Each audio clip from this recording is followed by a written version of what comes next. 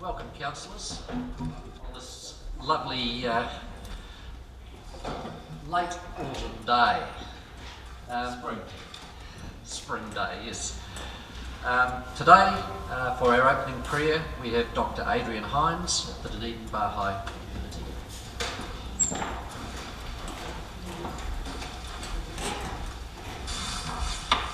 Wonderful to be here. Pam asked me what we could say a prayer about today, and reading about the newspapers and I guess being on the Board of Governors at the Mornington Health Centre at the moment and being in various meetings, recognising how difficult it is to work with people and consult together, I thought I would say a prayer for unity. Oh my God, unite the hearts of thy servants and reveal to them thy great purpose. May they follow thy commandments and abide in thy law. Help them, O God, in their endeavour, and grant them strength to serve thee. O Lord, lead them not to themselves, but guide their steps by the light of thy knowledge, and cheer their hearts by thy love. Verily thou art their helper, and their Lord.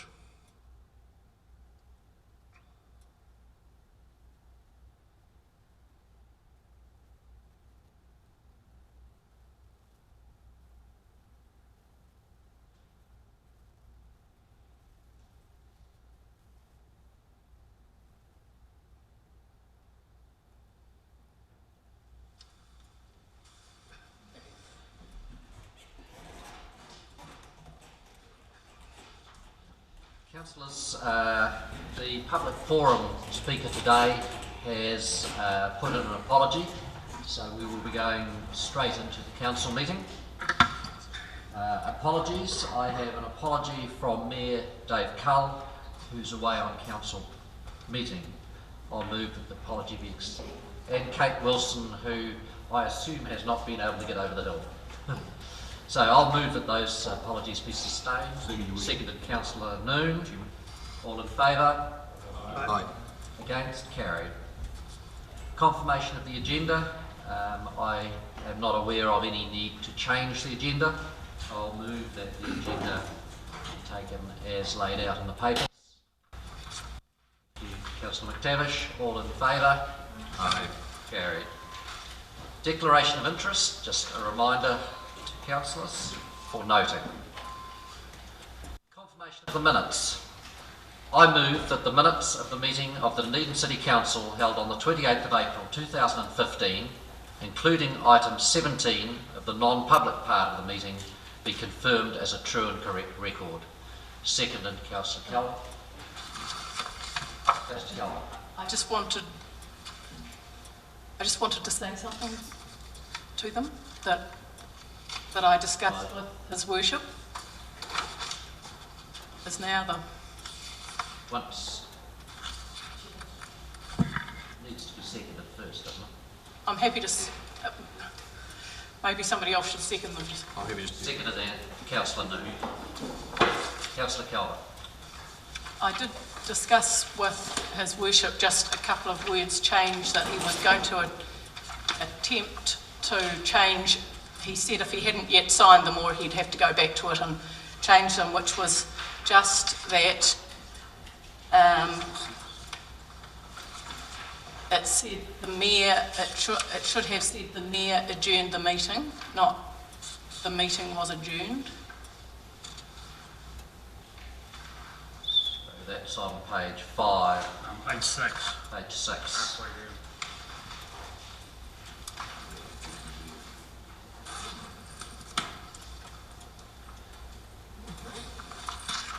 Are you comfortable with that? We'll make that amendment. Councillor Andrews. The minutes as they stand are not acceptable because they are not an accurate record of what happened. on page 41 of Standing Orders, Keeping of Minutes, section 3.16.2, the things that must be recorded. One of the things that must be recorded is the arrival and departure times of members. The minutes incorrectly indicate that I departed at 3:45. In fact, I departed earlier to consult with my lawyer and came back into the meeting. In addition, my understanding is that the adjournment of the meeting needed to be confirmed in order for the adjournment section and what happened within that adjournment section to not be recorded in the minutes. My concern is about what has not been recorded in the minutes. Firstly, the fact that I left the meeting twice, which is required by law to be noted. It isn't. And secondly, a number of things that went on during what has now been characterised as an adjournment from 3.4 to 3.45 minutes of the afternoon. As such, the minutes as they stand are not acceptable, as they are incomplete and misleading. Any other speakers? No. Councillor Noon. Thanks, Deputy Mayor. Can I ask a question through you to Councillor Vandervis? Would you be happy if an additional or an amendment was made prior to the Mayor adjourned from 3:40, prior to that, Councillor Vandervis left the meeting to seek legal advice? Because essentially what you're saying is that you left the meeting twice. So would you be happy if an amendment like that to cover off what actually happened at the meeting? To accurately cover off what actually happened, a number of other things would have to be added as well. That certainly. But the reason for my leaving, the fact that I wanted it recorded, that I believed that the proposal, the way the meeting was being run, was ultra-virus, and that the reason that I wasn't able to vote on my own demise was that my legal advice was that what was being done by council was simply illegal.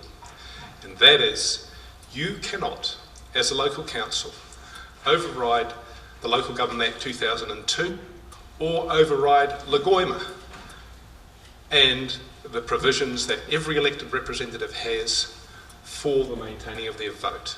The only way you can take a vote off any elected member is if that elected member is found guilty of a criminal offence punishable by more than 2 years in prison. This is plainly not what happened here, and plainly the council has been ultra-virus, first of all in proposing the resolution that is printed on the top of page 6, and then the process that followed afterwards, not mentioned because it's supposedly done under the cloak of an adjournment which itself was not legal. We have a situation where there is a legal contesting of the claim that I'm not able to vote in certain circumstances. Those legal arguments are going to take some time to resolve. In the meantime, these minutes must record accurately what happened at the meeting.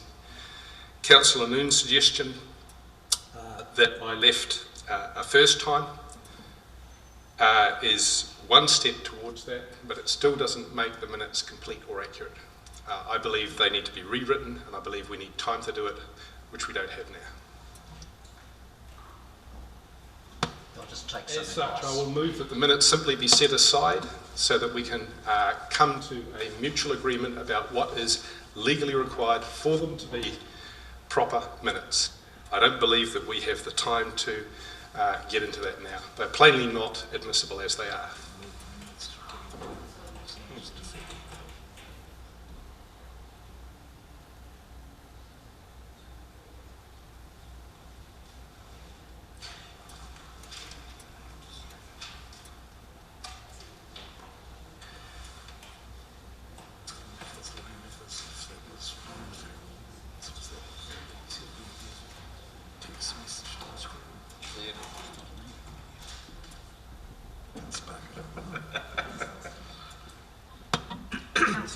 Do you have a record of the time that you left the meeting and adjourned, or are you concerned about that time being recorded accurately? Because clearly if the GSO didn't record it, we are unable to, we can put in that you left the meeting to get legal advice and return, but we don't have that time because the GSO didn't record that leaving and returning.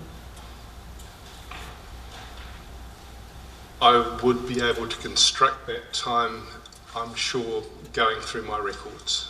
And then can you tell me what the issue is with the meeting adjourned from the Mayor adjourned the meeting from 3:40 to 3:45 to allow councillors to construct a resolution? Can you tell me what the issue is? That's the other part of the minutes that you have a concern about? I have concern about three parts. The third part is the incompleteness and the fact that the claimed adjournment, if it was a procedural matter, has not been done appropriately. A procedural adjournment requires that the council vote on it, and that obviously didn't happen.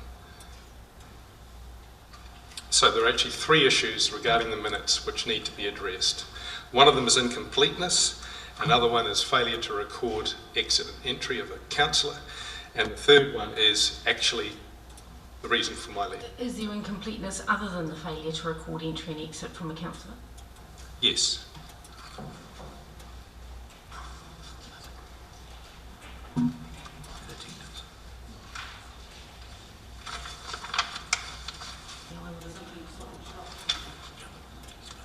I'm quite happy to have a meeting with you to record what I believe should be there and to come to a mutually acceptable agreement on what should be in those minutes. That would have been useful prior to the meeting, but in the absence of that having happened, I would recommend that we set item 14 aside. That's why I'm suggesting we just put it aside in the meantime. So we put item 14 in the minutes aside. Approve and complete meetings parts of item 14. All right. In that case, putting those minutes aside as well as item 14. Do you need a motion to move that? I'll move that the minutes in item 14 be put aside. The remaining meetings. Yes. You mean lies on the table and lies on the table and is not discussed further at this meeting? The minutes for item 14 lie on the table, aren't discussed further at this meeting. They'll be revisited. But then we'll move a meeting that the remaining minutes. Point of order, Mr. Point of order. Councillor Benson, right. We're discussing the agenda for today, and in that case it's the confirmation, it's item 4. It might be item 14, the substance of the other minutes, but the item under discussion, as I understand it, is item 4 of today's agenda. That's right, item 4. So you're passing the minutes apart from item number 14 in the minutes of the meeting of the 30th of March.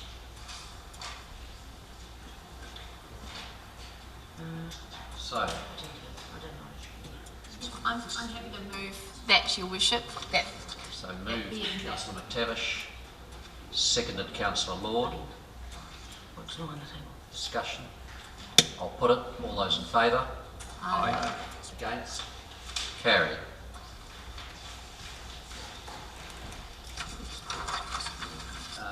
So moving on with the minutes of the Economic Development Committee on the 4th of May. I move that the minutes of the Economic Development Committee meeting held on the 4th of May 2015 be noted. Seconded Councillor Bazette. Discussion. Councillor Vandervis. We have a similar issue here because what the minutes say on page 2 is that Councillor Vandervis was not entitled to vote on this item. They say this is a matter of fact, when in fact it is under legal contention. In fact, if you look at the Local Government Act 2002, if you look at Lagoima, if you look at natural justice, there is no way that I was not entitled to vote on this item or any other. Given that this legal contention is going to take some time to work through, I ask that this particular aspect of the minutes also be set aside. It's not true that I'm not entitled to vote. My entitlement to vote is sacrosanct, and my entitlement to vote is enshrined in acts that override anything in standing orders or anything that the Code of Conduct can do. My right to vote is absolute, up until the point where I commit a crime, punishable by more than 2 years imprisonment. Given that fact, and it is a fact, and given that there is at least legal contention, I say the facts from my point of view, and my lawyers, you have a different lawyer who's put a different spin on it, but given that there is a legal contention, the bland statement that Councillor Van der Vis was not entitled to vote on this item is in contention, therefore not true. And what the minutes should record is, although my vote may have been under contention, it should still have recorded my vote, because under standing orders, any vote made by an elected member, when they ask for that vote to be recorded, must be recorded. Nothing in Code of Conduct can override that particular part of standing orders. That's also enshrined in the Goima Principles. This argument applies not just to the Economic Development minutes, but also to the minutes of Finance Committee, where again it claims Councillor Van der Vis was not entitled to vote. In fact, I believe, and I have legal opinion to support the fact, it will take some time to come to an agreement on it, that in fact I am entitled to vote. Councillor Van der Vis, we took as a council legal advice. So did I. On this matter. So did I. And as far as I'm concerned, you would need to move a resolution requiring that to be changed, and if that was finds a majority around the table, then I guess we would change it. I can move any resolution I like, but that doesn't change the law. The law is, and remains, that the statement here, Councillor Van der Vis is not entitled to vote on this item, is incorrect. I'm asking, and I move, that that line be stricken from the record, because it's not accurate. My advice is that the legal advice Council has obtained would suggest otherwise. Fine, so we have differing legal advice. That doesn't allow you to put something which is inaccurate in the minutes. We have simply conflicting advice. I mean, it happens all the time. Councillor Van der Vis, Council has one set of legal advice, you have a set of legal advice, but Dunedin City Council, from the Dunedin City Council Legal Advisors, has a set of advice which is what's being followed here. So if you wish this stricken and you can get the majority of your councillors to vote in favour of that, then I would suggest you pass a resolution to that effect. I'm in no mood to try and cajole the majority of councillors, CEO Bidrose. We are talking on a matter of law here, a matter of justice and a matter of democracy, severe matters of law. Law that overrides anything in standing orders and overrides anything that a Code of Conduct Committee can possibly do. I draw your attention to the fact that if you look at the Auckland Code of Conduct, on which ours is basically copied, and if you look at the opportunities to censure a member, the opportunities are identical, except they don't have striking somebody else's, striking a councillor's vote down. I stand by my contention that the minutes as they stand are not accurate. I will be voting against them. I'm not interested in doing anything other than highlighting the fact that what has been done here is not legal and contravenes all your major electoral acts. Councillor Calvert. I wonder whether, since this is about the minutes recording something that happened, whether perhaps they should more accurately say the council lawyers advised the meeting that Councillor Van der Vis was not. I'm quite happy for that to be changed to the council lawyer, Mr. Garbutt, advised that Councillor Van der Vis was not entitled to vote. That would be accurate. Have no trouble with that at all. What is inaccurate is the bland statement that I'm not entitled to vote. It's plainly not true. Just take some back.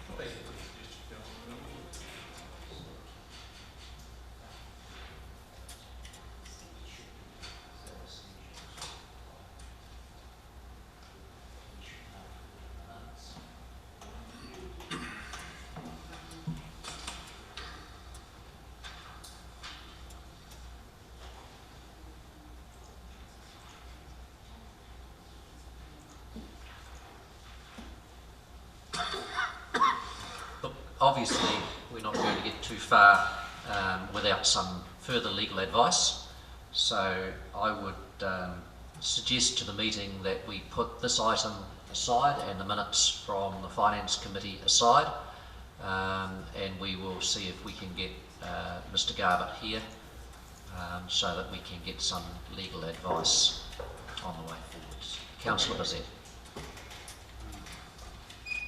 I have a bit of difficulty with that. We have had legal advice, and Mr. Garbutt gave it, and if we're going to include that in the minutes, so be it. But the fact is, we took that advice, so we've accepted that advice. My suggestion is to resolve this issue would be to pass the minutes if we feel inclined. We support the advice, and therefore, as far as that is concerned, it's correct to have that in the minutes. If Councillor Vandervis has contrary legal advice, then he should produce it at some time, and at that stage we can revisit the issue. But until such time as we have some evidence from Councillor Vandervis that the decision that we've made is incorrect and not legal, then I think we're acting quite within the law and our right to pass these minutes. So that would be the way that I'd address it. Councillor Thompson. It does seem to me that Councillor Calvert has made a sensible suggestion which avoids the immediate conflict and allows the other matters to be dealt with outside. And it seems to me that that doesn't in any way make a statement about the rights or wrongs of any particular party's position. So and given you may be about to move on to finance and we have to do the whole thing again, it would seem sensible for me to adopt the position that she's suggesting. So that would then change the wording. So if we just note that we will change the wording in all of the minutes that refer to this issue, so that they say that the DCC lawyer, Michael Garbutt, advised Councillor Vandervis was not entitled to vote on this item. All right, so we're all comfortable with that. Are there any other speakers? So it was moved by Councillor Calvert, seconded by Councillor Thompson. All in favour? Aye. Against? Carried. So, item 6, Councillor Thompson. Almost afraid to suggest we all right apart from that matter? Good, right. I move that the minutes of the Finance Committee meeting held on the 4th of May 2015 be noted. Seconded Councillor Calvert. Any debate? If not, I'll put it. All those in favour? Aye. Against? Carried. Audit and Risk Subcommittee, Councillor Thompson. I'll move that the public part of the minutes of the Audit and Risk Subcommittee meeting held on the 3rd of March 2015, including item 18 of the non-public part of the minutes, be noted, and that 2, that part C, items 12 to 17 of the minutes of the Audit and Risk Subcommittee meeting held on the 3rd of March 2015 be taken in the non-public part of the meeting. Seconded Councillor Calvert. Any discussion? Not, I put it. All those in favour? Aye. Against? Item 8, Sustainability, Councillor Tavish. I'll move, Your Worship, that the minutes of the Sustainability Audit Subcommittee meeting held on the 16th of April 2015 be noted.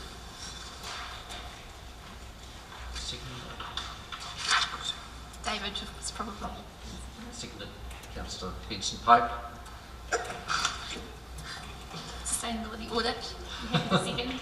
Sorry, Sustainability Audit Subcommittee, are you happy to second? I wasn't there. Oh, sorry. So, My apologies. will I have a seconder?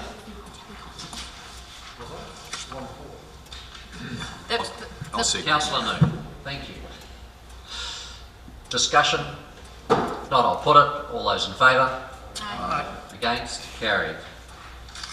Minutes of the community boards. Waikouaiti Coast. Councillor Noon. Thank you, Mr Deputy Mayor. I will move that the minutes of the meeting of the Waikouaiti Coast Community Board held on the 22nd of April 2015 be noted. Seconded Councillor McTavish. Discussion? If not, I'll put it. All those in favour? Aye. Carried. Otago Peninsula.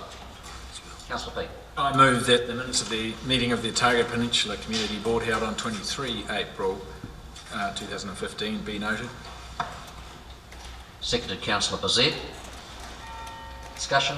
Not, I'll put it. All those in favour? Aye. Against? Carried. Strathtyre, Councillor Lord. I'd just like to move that the minutes of the meeting Strathtyre Community Board held on the 23rd of April be noted. Seconded Councillor Noon. Discussion? Not, I'll put it. All those in favour? Aye. Against? Carried. Mosgiel-Tyree. I'd also like to just move that the minutes of the Mosgiel-Tyree Community Board held on the 29th of April be noted. Seconded Councillor Noon. Discussion? Not, I'll put it. All those in favour? Aye. Against? Carried. Chalmers. Councillor Noon.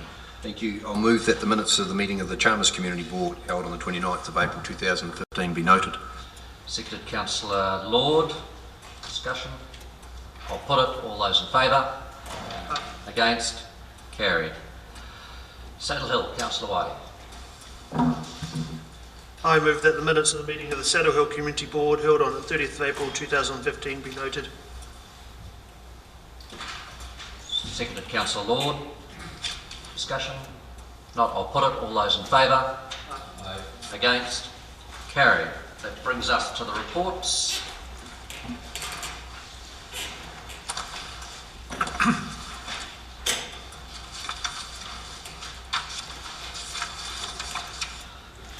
And the first of those is the establishment of Te Poari Pukekura, the Pukekura Reserves Co-Management Trust Board.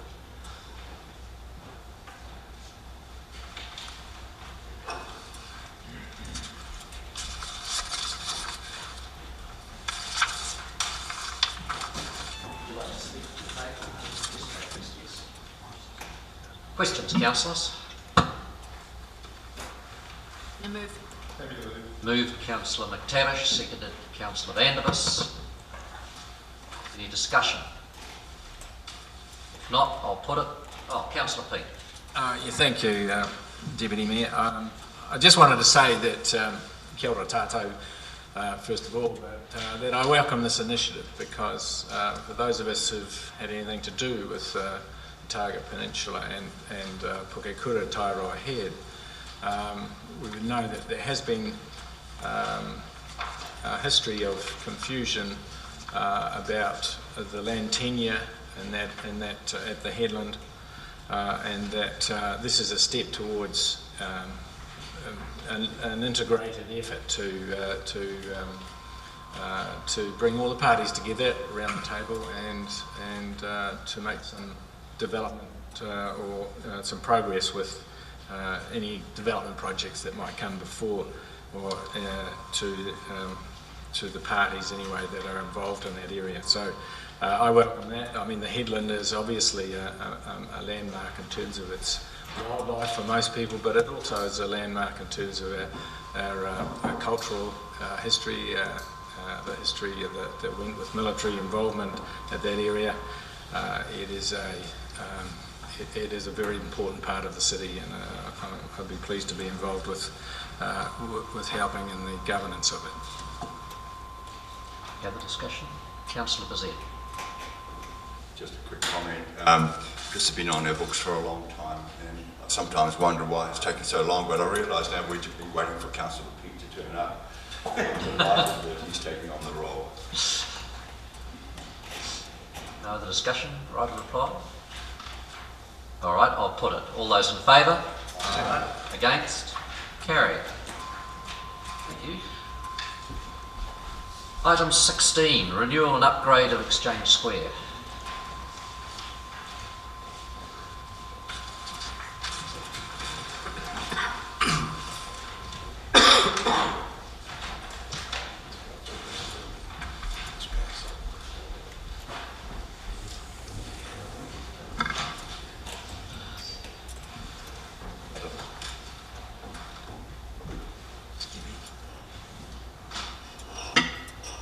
Would you like to introduce it or just take questions?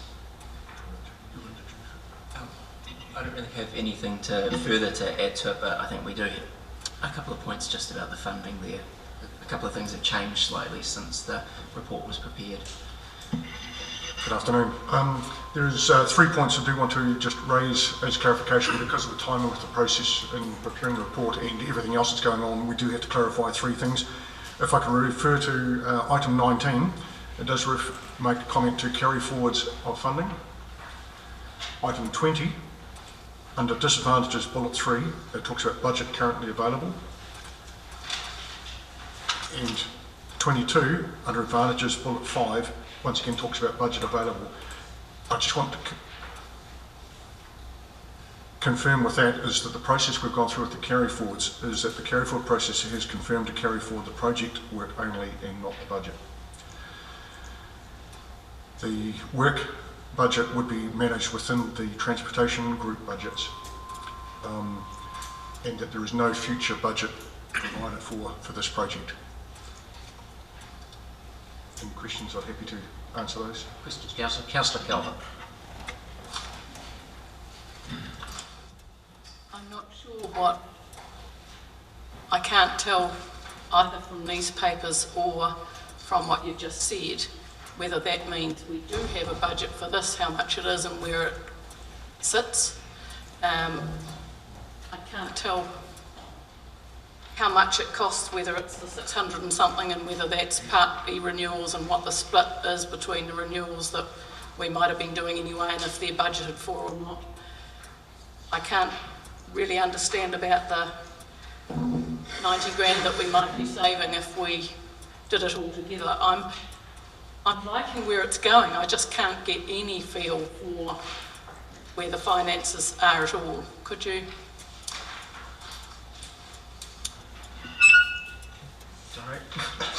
In terms of, I'll go backwards through the points. I think one of the ones in terms of the split between, I think when we worked out the total cost was around the 600 mark. Yeah, 602, 200 is our estimate for it, of which over 500,000 is the renewal only, and then there's about $100,000. 90 to 100 was our estimated cost of the upgrade. So is the 500 already in the budget for the year 15-16? There is, for the 15-16 year, there is no specific budget for this at all. There's a group budget. This, we've been asked to actually manage this within the overall group budget, so so what would we not be doing for $500,000 that we're going to be doing now? we're requested to, sorry. For clarification, effectively, this budget has been underspent for a number of years now, and what we're saying that instead of continuing to underspend it, let's use it up next financial year and actually book the saving in the current financial year. So effectively, it should reduce the amount of carry forwards that the council has going forward. So we're being asked for 90,000, estimated 90 to 100,000 extra. Is there a proposal where that might be coming from? Through the Chair, this report here is not asking for any additional money or any additional budget to be provided. This is around seeking the approval to move forward for the consultation on it. Once the project proceeds, there will be no additional budgets requested in the 15-16 year. So it's all going to be managed out of existing budgets next year? Councillor Vincent Pope. Thank you. Just one supportive of getting this work done, especially if, as is apparent, the funding is available, or at least consulting on the proposals. But I have 2 questions. The first is in respect of lighting changes and relates to the query that's been raised about quality of the LEDs and their suitability in Jetty Street, in the Vogel Street area now. So if you could comment on that, please. And also, I wonder if either of you have any concerns that, while I have no particular concern and I'd like to see community feedback on the issue, I wonder if the loss of colour from the paving by reverting to the blue-grey concrete or whatever seems to be the preferred option. Much and all as it has been beautifully laid by the contractors in Vogel Street, isn't missing an opportunity to lift the streetscape generally and provide more colour and vibrancy. In terms of the lighting, yes, that's something I think that we'll need to take following the long-term plan hearings. I think it's something that we'll need to take some further advice on before we decide on exactly what type of lighting is provided for, but it would certainly be in terms of the upgrade of the lighting fixtures.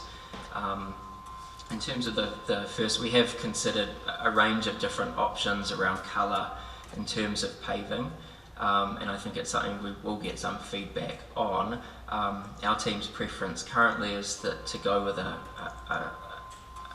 the grey blue that we have laid already. We've had good feedback around how easy they are to clean, etc., compared to the red pavers. In terms of the colour, we'd prefer to try and introduce colour more through furniture, seating, lighting, public art, that type of thing, and use quite a neutral background than the red. But that's certainly something that we'll be seeking feedback on through the consultation. Okay. Councillor Vanders. Just been told that the whole $600,000 is able to be funded all out of existing transportation budget. Why wasn't the $600,000 offered up as a savings when all departments were being asked to cut their budgets as far as they could and offer up savings to help us with debt? Why wasn't this rather substantial sum offered up at that point? The 600,000 in this year's budget, the discussion was whether to carry over the underspend for next year and use it on this project and give up a saving for next year and reduce the budget slightly, because as we say, it hasn't been used up for a number of years, not entirely. We don't usually get through this budget pool of renewals money. But what was decided to do was to not do the carry forward, to give this year's budget up as savings in this year's budget, and to do this out of next year's budget, feeling confident that we can do this item of work with, and therefore the existing spend in this budget line gives us enough room to do this item. So we knew this paper was coming. This piece of work has been on the work agenda going forward. My question was, given that there has been an ongoing underspend over a number of years now, it would appear, why has this not been offered up for debt repayment in the past, when this is what all departments were asked to do? They were asked to cut their cloth as carefully as they could. They were asked to make all the savings that they could. Now we find there's been $600,000 been sloshing around for ages, and they finally found a project they want to spend it on.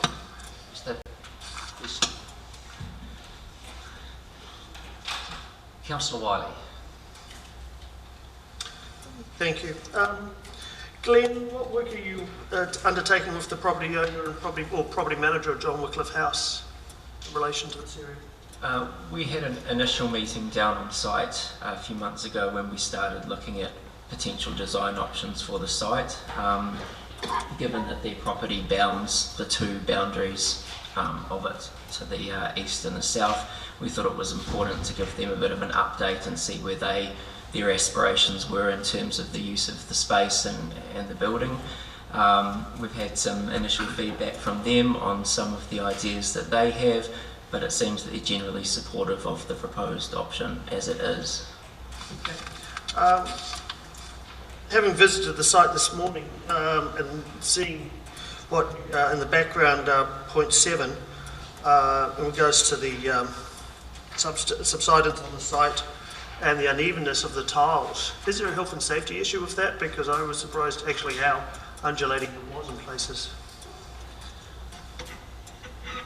There's been no issues that have come from tripping or falling at this stage, but the potential for that to occur is very much there, and it is growing with as subsidence progresses and as pavers deteriorate.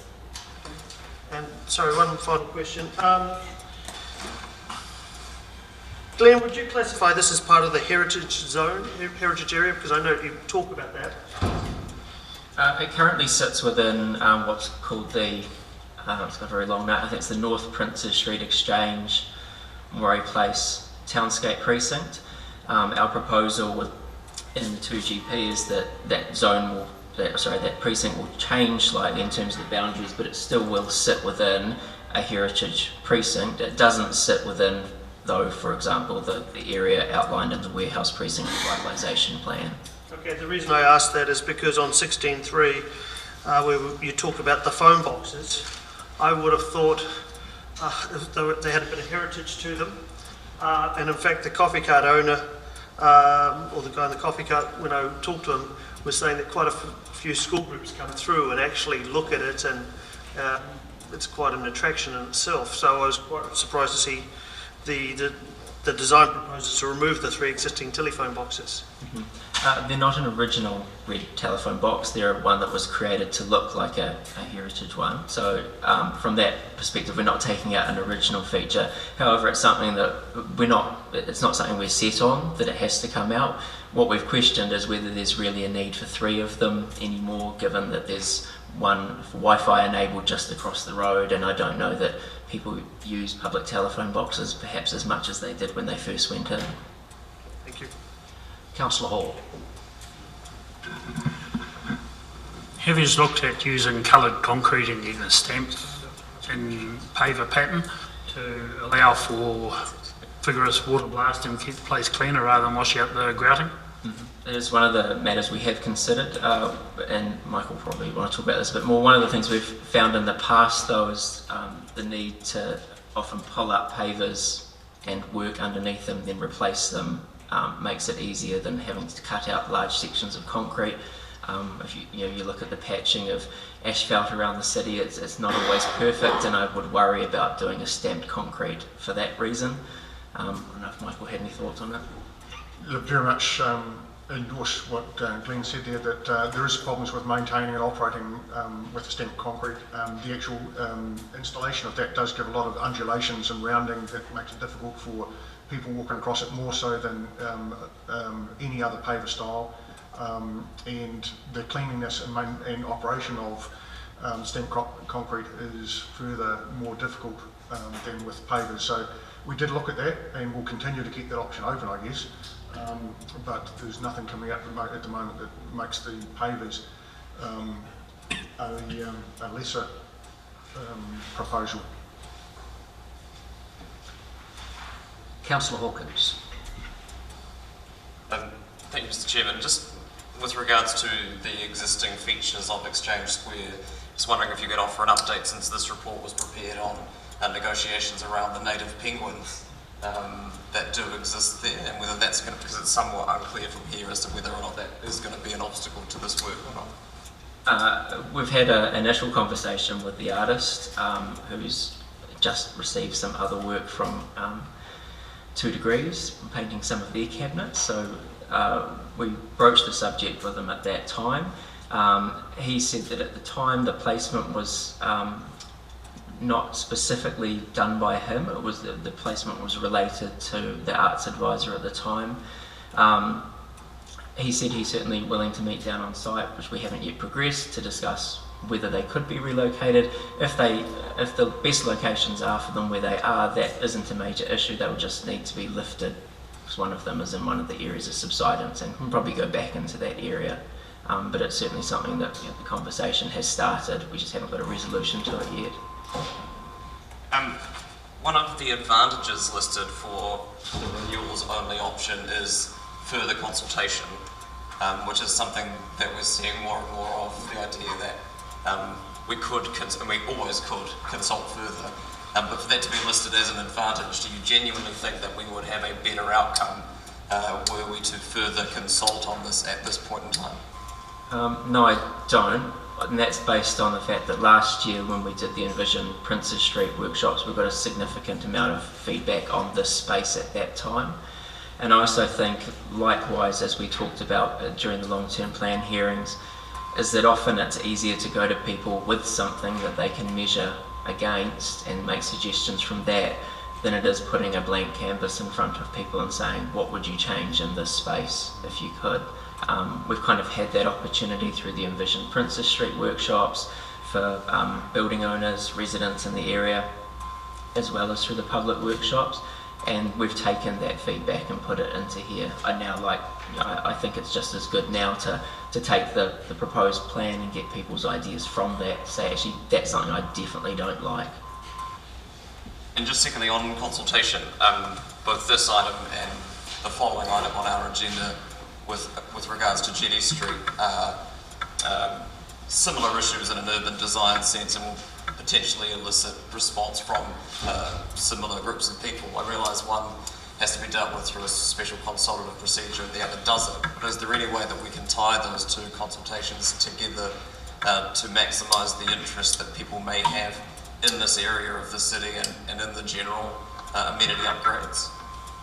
I think certainly in terms of if we go out to consult on both these items, that the possibility is that we can link the two together in terms of we're consulting on this, you may also be interested in this.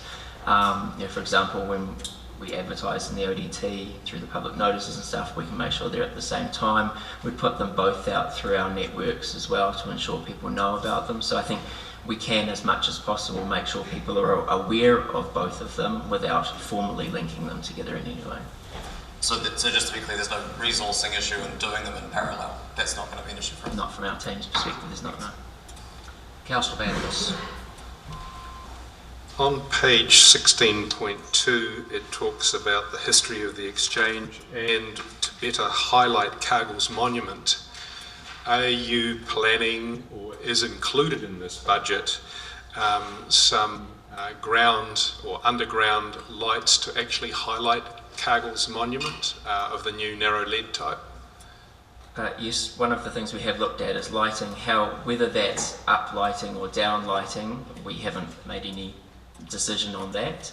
We'd take advice from a lighting expert in terms of what would be the best way to do that, because I know this is something that's come up through the night sky stuff as well, rather than drowning things up where there might be better ways of lighting. Okay, and on 16.3 it talks about a power connection for mobile traders and for events. Are we talking about a three-phase connection for serious events here, or are we just talking about a 15 amp outlet? The preference would be for a three-phase. Okay. On 16.2 it talks about, under discussion 13, to create a space better suited for events. Given that we're talking a three-phase outlet and quite significant types of events probably, if we go to 16.9, we see a lot of extra essentially visual clutter throughout the whole area in terms of standards, lighting standards mainly in trees, which would actually make it a more difficult area for events because your sightlines would be destroyed. Have you considered that the suitability for events will actually be reduced by what's in the conceptual drawings? We've tried as much as possible to remove a lot of the clutter out, but I do note that things like the seating and others, there is the possibility that those can be movable seating so that we can actually pull out some of those things. In terms of the lighting, we're not set on the exact locations of those, so I take your point that some of those things could get in the way, so that would be something that I'm sure we'll do a bit more consultation with the likes of the groups that would be likely to be running events in there as to how much space they need. The one thing we've tried to balance is not to have it look like a giant open space all of the time when it's not being used for events, and that's a difficult thing to balance in this space. Okay, and if you were going to have a largish event there, where would you anticipate the stage or the focus in the square? Where would you anticipate that actually being? We haven't thought that far ahead in terms of whether there'd be a stage or the like for an event. Or even a focus for an event? No, but I guess typically we would have thought it would be against the John Wycliffe House side of the... Right. Okay, thank you for that. Councillor Benson-Pope. Just happy to move recommendation 3. Councillor McTavish. Questions? Through the chair, just seeking some further clarity around the funding. I take it it's just a generic transport renewals budget, is that right? in which case, does it qualify for an NZTA subsidy given its renewals? It doesn't qualify for any NZTA co-investment. Is it the case that the amenity upgrades as well will be funded from that transport budget? So the 90 to 100k, it's intended that that will also come from the transport budget. We haven't gone into depth on that, but that was the expectation. Some of it will probably come from our street trees and furniture budget. Just in relation to the comment that it's possible to proceed with this project, given that it's unlikely that future changes around the area would involve changes to the road or footpaths. And just reflecting back on the Central City Plan, Glenn, there are some elements in there which suggest that there are still some conversations to be had about that stretch of Princes Street and how that might evolve over time. You're quite comfortable that doing this work now wouldn't compromise the ability to make changes there should that be the desire of the community as proven over the next 3 years or so? That is the case. We looked at this space forward of the others because of the fact that it didn't require any major changes around it in terms of the road network, and there was sufficient space that if there were changes, we were more likely to see them in terms of narrowing of that very wide part of Princes Street so that it wouldn't be affected by this specific part here. I guess the natural line is the previous line where down High Street. I think there's a lot of aspiration of trying to integrate that better in future, and so what we've tried to do is through things like the paving is to set an indication of this is where that line was. It could be integrated in some way in future, but I don't think we envisage that line being the road running back through John Wycliffe Square again. Okay, so when you say there's no intention to change the road layout, what you really mean is there's no intention to re-road that square. That's correct. Like maybe an extension to the square, but that could be done, could be managed without impacting on these works. Yes, that's correct. That's so clear, thank you. Two more questions. The report and the considerations page references engagement with Kaitahu, which I think is really exciting, especially given as noted the proximity to the previous Princes Street Reserve. Have there been any, is there any update on those conversations? One update is that unfortunately the existing sign in Water Street, which was the only reference to any Māori occupation really in the entire central city, was vandalised a couple of weeks ago. Though I take that as actually a positive because it means now we absolutely have to replace that sign, and so that means we do have to be serious about these negotiations moving forward. We've had initial contact with the person that's been working on the Waihi Tupuna site and the registration of that, and we've then started through her reaching out to iwi around what are aspirations in that area, and also started a conversation with Kaitahu ki Otago. We haven't got any further than a very initial stage at this time, saying if something was to occur, would you be keen to do something? And there seemed to be quite a lot of positivity around that. We just didn't want to jump the gun in terms of overcommitting to something should we not get approval to move forward. Would you anticipate getting a bit further down the conversations with them before finalising anything for public consultation? Or I'm just wondering whether there is a risk in going out to consultation with something which they may have significant feedback on, which may then change what the final shape is in a way that the public would anticipate if they hadn't seen that. I guess that probably is a risk that we hadn't put too much consideration towards. The draft plan has Kaitahu ki Otago that has been forwarded to them some months ago in terms of what were their thoughts around specific consultation on this. We haven't had any direct feedback on that yet. I think it's something that we can probably manage within the process, that if it got to a point that we thought the changes that resulted from iwi involvement, that they wanted greater. We thought that they were greater than what we'd initially gone out to the public on. That is something we could go back and reconsult on, I think. Councillor Calvert. On near the bottom of 16.2, I see you saying modern buildings dominate the character of this area more so than the area's Victorian buildings. And I'm thinking, does that sort of view, how does that view sit with the heritage sort of, although the buildings aren't necessarily heritage, the precinct is, it seems to be an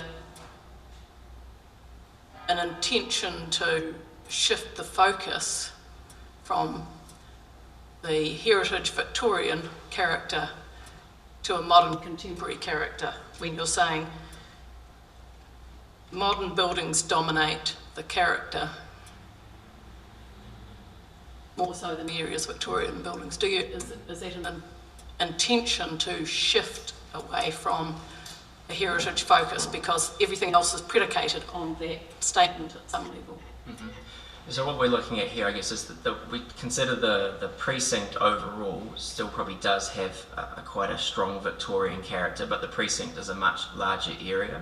In terms of just this space here, it is predominantly surrounded by, and its view shafts out are towards modern buildings, and the buildings that it can see that are Victorian are predominantly the BNZ, a little sliver up to Princes Street. But we feel that the context of this space specifically, given it is so surrounded by John Wycliffe and the that plaza building is called, the 90s building, that there is a bit of the furniture currently does look a little bit out of context in that space. So I think in terms of this discrete space here, yes, we think it is a bit of a shift. In terms of how that fits into the overall context of the precinct, the precinct is much bigger, and other parts of that precinct are more influenced by its Victorian and pre-war buildings. Thank you. And last question, just you made a great job of putting up things in Bogle Street, telling people what these pictures we've got here, not only talking to who look like stakeholders in the area and things, but it would be really great if we could have those sorts of concept plans and things up in that area so as people can look at them and see what plans they are. Had you been thinking of doing that, and if not, can we have it, please? Yeah, that's certainly the case, that we had planned to do that we'd like to have those up in the area, and I'm sure that the neighbouring building owners will be happy to host them within their buildings as well, given that they have a few vacancies at ground floor there at the moment. I think certainly it is something we've been planning to do, and it's good to have feedback that it's worthwhile doing it. Councillor Vanders. Looking at options from the bottom of page 16.3, under the Local Government Act 2002, options are required to be budgeted and balanced. If we look at option 1, the only advantage seems to be that further consultation could be taken. No mention of the fact that it would release $600,000 available to pay down debt. I would have thought that was the major advantage that should be highlighted, especially since if you look at option 2, it talks about a cost saving. Why have we not got, as the fundamental advantage of option 1, the availability of $600,000 to pay down our desperate debt issue?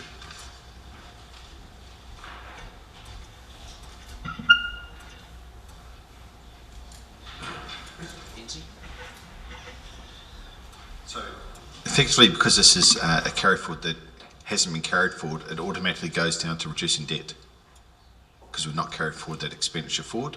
Obviously a tremendous advantage. Why isn't that advantage listed under advantage? Well, you're probably correct, it probably should have been listed. Okay, thank you. Let's look at disadvantages.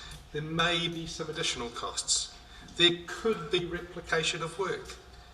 And then finally, The ultimate disadvantage does not take advantage of the budget currently available. It's not a disadvantage to want to spend money on something when we're desperately in debt. Surely all of those disadvantages are pie in the sky. Surely we have, in option one big advantage, and that is to knock $600,000 off our debt, and in fact there are no disadvantages. Minor maintenance costs maybe, replication of work could be, at the very most. Surely the presentation of advantages and disadvantages for option one are clearly very unbalanced. How can you justify that kind of level of unbalance?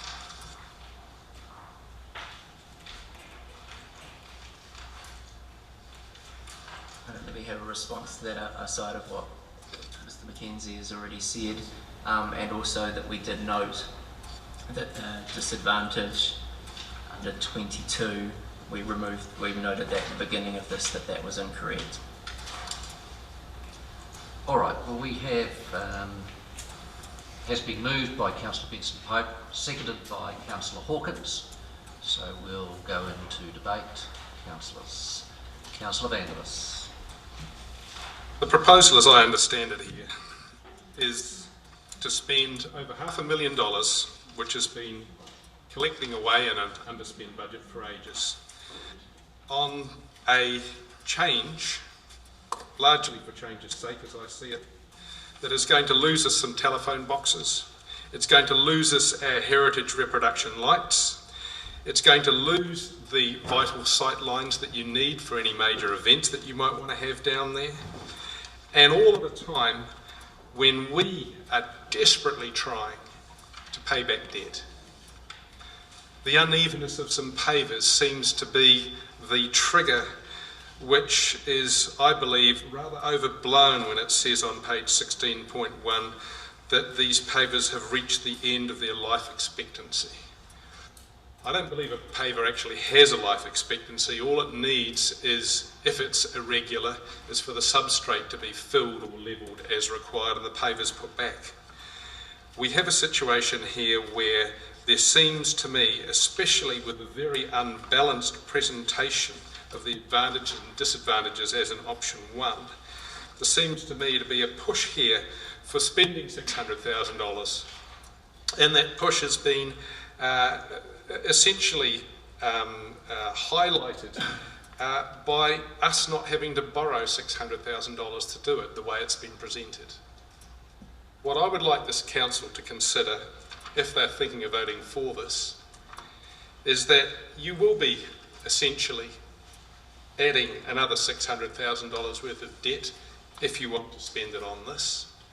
Is it really worth $600,000? Is it really something which we urgently, vitally, absolutely have to have now, at a time when we really are grappling with horrendous and crippling debt? Also, I would like staff to be much more careful in future about the advantages and disadvantages in the way they're presented. And if there is money that's accruing in some budget somewhere or is some overspend, I believe that given the messages that we've been giving staff to date, that those sorts of overspends should be routinely put towards reducing debt rather than built up over a period of years to then make it easy for councillors, if you like, to vote for a proposal like this. I'll be voting against it for the design reasons, for the budget reasons, and for the reasons of how it's been presented. Councillor Benson Pope, I apologise, I failed to give you the opportunity to speak. Do you wish to? I'm all right to reply. Thank you. New one, Councillor Hall.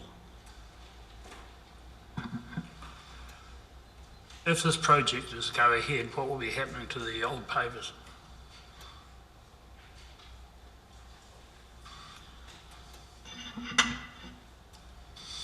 That hasn't really...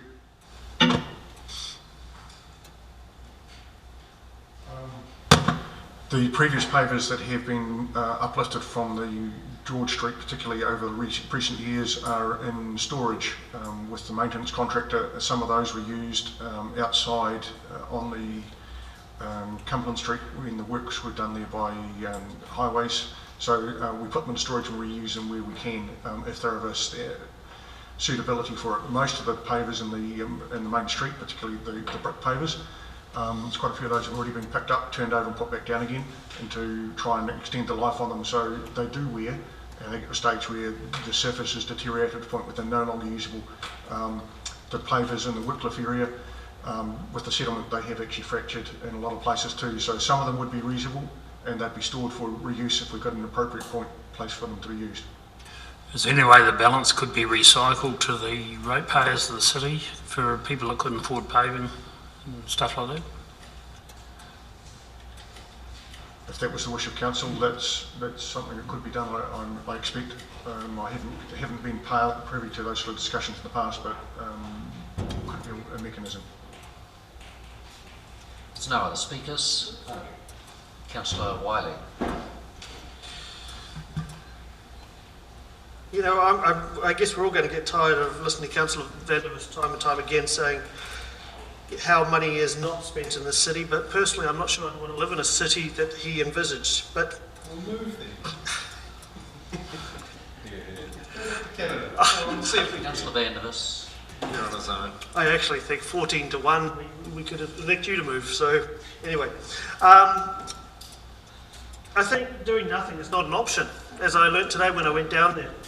And I think Councillor Vandervis needs to go and visit the area before he talks about it to understand what the issues are. I have visited the area and reviewed. Well, obviously not recently, because you would have seen that the land is quite undulated in places, and again, doing nothing is not an option. This is an important area to the city, Councillor Vandervis. and I'm happy to support the funding of it. Councillor Hawkins. Thank you, Mr. Chairman. I spent a good part of the past weekend in the office clearing out council papers from the past 18 months that have been accumulating for fear of drowning over the course of the following 18 months. And it struck me as I was going through a lot of that, the amount of work and draft proposals and briefing notes and workshops that councillors attend as we develop ideas and policies for the city that the public don't necessarily get to engage with, and the problem that we have in maintaining interest in some of those things when we aren't being as outwardly facing as we can be in some cases, or perhaps should be. At the moment we have an incredible amount of public interest in Dunedin's built heritage and its urban form, probably as strong, if not stronger actually, than at any other point in my time living here. And that engagement and enthusiasm has, well, it's either the cause of, potentially, or has resulted in very high levels of very active engagement in a spatial plan and central city plan and the Envision Princes Street workshop processes and others that Dr. Hazelton and his team have led, and I'll take this opportunity again to thank them for that.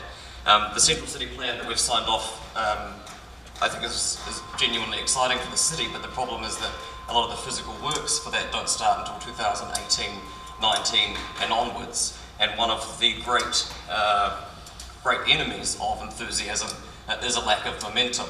So it's exciting for me that we have this process that we can go through publicly that will be developed over the course of the next 3 years to maintain some of that interest in the role council plays in improving our urban form before the central city plan work takes hold from 18-19 and onwards. This isn't the place to be arguing specifics about sight lines or street trees or public art or otherwise. That's, from what I understand, the role of the public consultation on this. This is something that we're putting out for discussion, and no doubt it will elicit plenty of discussion on all sorts of minutiae that we have predicted or otherwise. And I look forward to being a part of that. Thank you. Councillor Thompson.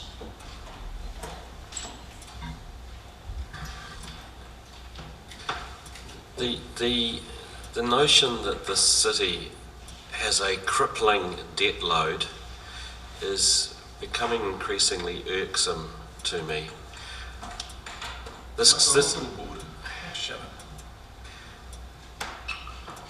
If you've got anything else to say, get it out now and then just let me speak. Councillor Vanderus.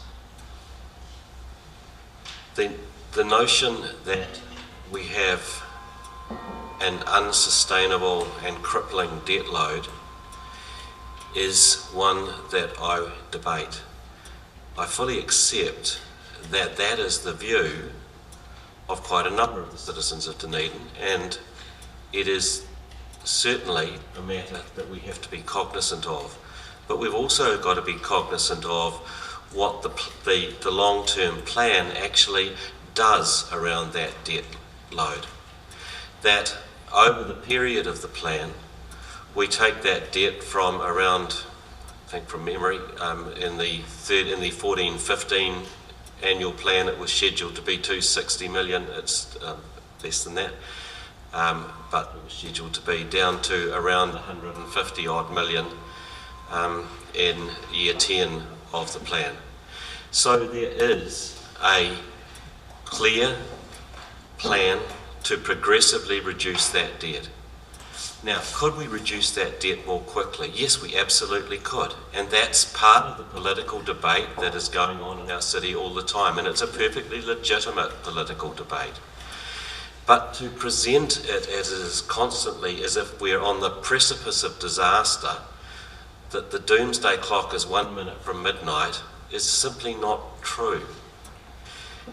If we choose to reduce that debt level faster, then there will be things that we cannot do.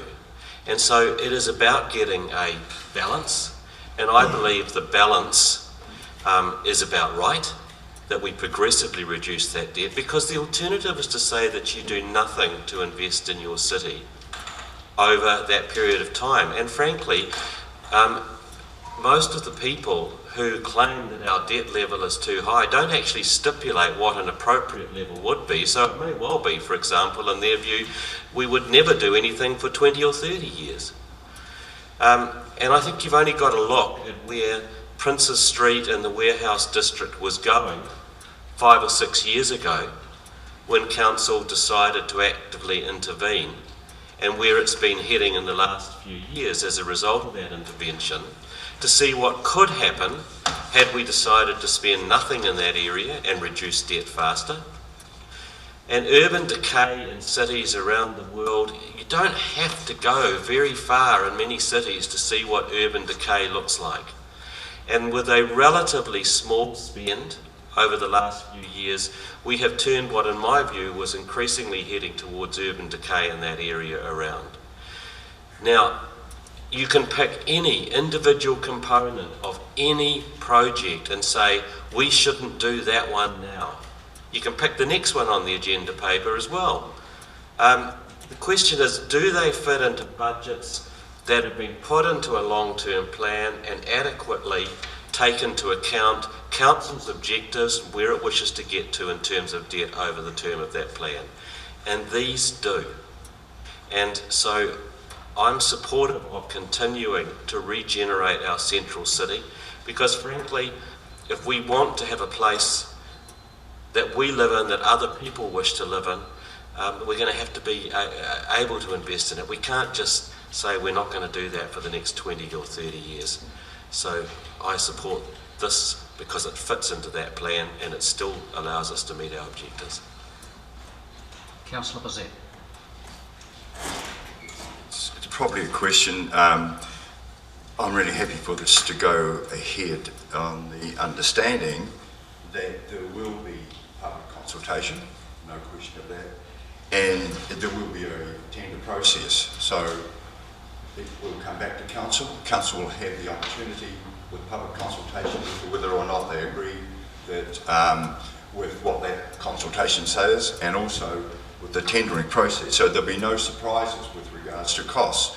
Now, I assume that is a fact, and that we will, after public consultation and the tendering process, have the opportunity to decide whether it goes ahead, yes or no. Councillor McTavish. Thank you, Mr. Chair. A couple of things. I mean, I can understand the perspective that when we have additional funds, we ought to be applying them to debt. And historically, I have argued that. And I think, in general, I'm not one of the people around this table that advocates strongly for large amounts of expenditure regularly. I'm probably a more cautious person.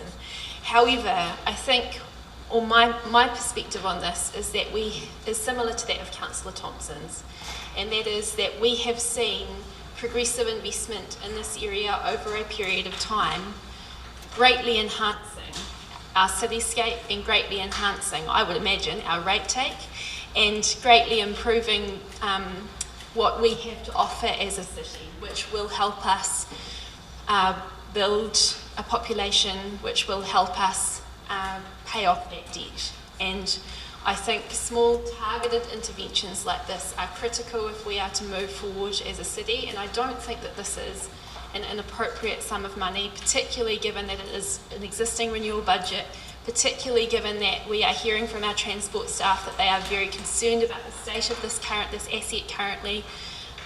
It gives us an opportunity, and what I would like to acknowledge and thank the staff for is the work that they are doing cross-departmentally to identify ways and approaches that we can maximise the opportunity that renewals gives us to maximise the benefits for our citizens. I think this is a great example of that, and I think we ought to be encouraging more of this. So thank you, staff, for that. I do have one comment in particular that I would like to make, noting that this will be subject to further consultation, and that is in regards to kaitahu and engagement with kaitahu around this site. I think of all sites in Dunedin or in Dunedin CBD, it is essential that we get engagement with kaitahu right around this site.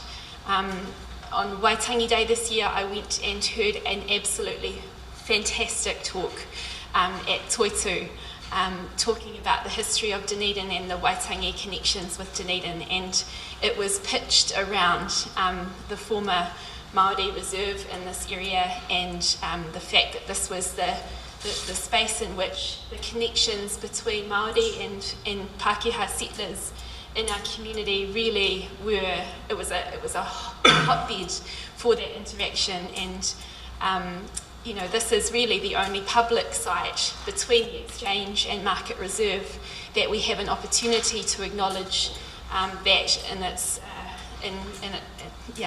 and the absolutely essential part of our history that it is. So I would really like to think that we spend the time to work with kaitahu to get their involvement and capture the aspirations around this site before we proceed with a full public engagement. But I look forward to seeing the outcome. Before offering Councillor Benson Poper's right of reply, I fully support these recommendations, and I think given the location of this square, it sits right in the area that we are seeing regeneration. It sits right in the middle of where many of our visitors stay, with the Southern Cross Hotel, the redeveloped post office building. I think it is an area that will pay dividends by being renewed and refreshed.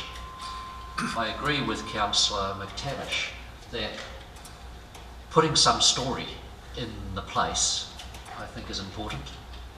Too often we walk past, and our visitors walk through or past areas that have great significance and fail to get the story or the understanding. And I think we could do more in that space. So hopefully in the redevelopment there are some storyboards that enable people who are in that area to understand the meaning of the area and what's happened there in the past. So with that, Councillor Benson Pope. Thank you, Mr. Chairman, and I'd like to thank councillors for their support for the project, actually, and congratulate Dr. Hazelton and his colleagues for bringing it to us. Really, to me, this isn't a big deal. It's sensible, regular maintenance and opportunity to do the maintenance that actually should have been done in other parts of the city over a long period. And I think we should learn the lesson of making sure that we do put aside appropriate budgets to maintain the new assets that inevitably will come out of the central city improvements that we're going to spend some time consulting on. It's always an issue, isn't it, when we, and there's been quite a lot of it today, we start talking about design issues rather than the concept before issues have actually been consulted on. And while we all have particular ideas of, as I do, of what is preferable and what's not, I'm quite happy to encourage engagement of our community for the reasons that Councillor Hawkins was talking about as well, and talking about the potential that we have. I've got no doubt from what people have said to me since we've the publicity that's been generated by the last 2 weeks about the fact that most Dunedin residents want to see the city maintained and enhanced. And this is another example of how we can do that. It's also, as you point out, Mr. Chairman, a really important link with an area that might be on the move but still needs major enhancement, and the proximity to Rattray Street and some appalling bits of owner neglect will not be lost on anyone, as are the really positive improvements that are happening in the streetscape in the area. So I'm very supportive of it. I get disappointed though when, as a function of opposition or negativity, we once again get an attack on staff and they get accused of producing unbalanced reports. I don't think that's fair, I don't think it's honest, and it's certainly not helpful and constructive. Councillors, I'll put it. All in favour? Aye. Against?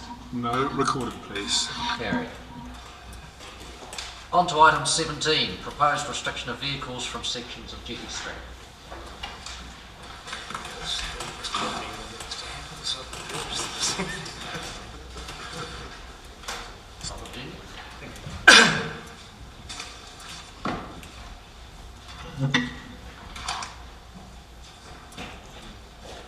I was going to note that one of the things the report is silent on is budget. The budget for this project sits within the city development amenities budget. That budget for next year is $500,000.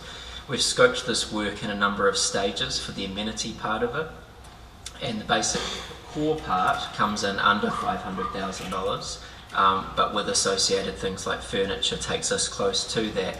What we have done is also look at some additional segments of paving to link up the parts of paving that have been done in the first stage of the warehouse precinct.